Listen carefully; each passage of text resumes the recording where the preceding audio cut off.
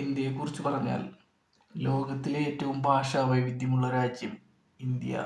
22 ഭാഷകളും 19,500-ലധികം ഭാഷാ വൈവിധ്യങ്ങളുമുള്ള രാജ്യം ഇന്ത്യ. ലോകത്തിലെ ഏറ്റവും നീളം കൂടിയ ലിഖിത ഭരണഘടനയുള്ള രാജ്യം ഇന്ത്യ.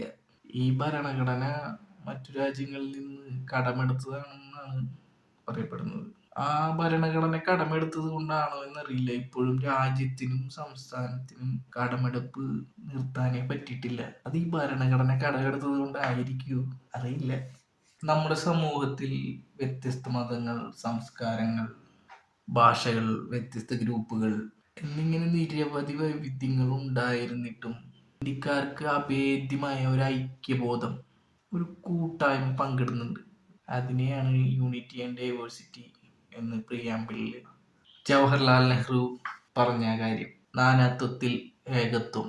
ഇതൊക്കെ തന്നെ പറഞ്ഞാലും 1947 സ്വാതന്ത്ര്യം ലഭിച്ചതിന് ശേഷം നേരിട്ട ഏറ്റവും വലിയ വെല്ലുവിളി എന്ന് പറയുന്നത് ഒരുപാട് നാട്ടുരാജ്യങ്ങളായി, 560-ലധികം നാട്ടുരാജ്യങ്ങളായി കിടക്കുന്നവയെല്ലാം സംയോജിപ്പിക്കുക എന്നതായിരുന്നു. അവിടെയാണ് നമ്മുടെ വല്ലഭായ് പട്ടേൽ എന്ന ഇന്ത്യയുടെ ഉരുക്കു മനുഷ്യനെ നമ്മൾ അനുസ്മരിക്കേണ്ടത്. ഇവിടെ വീട്ടിലുള്ള ഭാര്യനെ പോലും പറഞ്ഞ് കൺവിൻസ് ആക്കാൻ പറ്റണില്ല.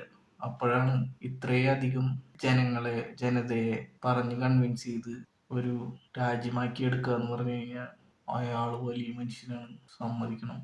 ചുമ്മാ അല്ല സർദാർ വല്ലഭായ് പട്ടേൽ ഉരുക്കു മനുഷ്യൻ എന്ന് പേര് കിട്ടിയത്. ഇത്രയധികം സെപ്പറേറ്റ് ആയി കിടക്കുന്ന എല്ലാത്തിനെയും പറക്കി കൂട്ടി ഒരുമിപ്പിച്ചെടുക്കണ്ടേ, അതൊരു വലിയ ടാസ്ക്കാണ്.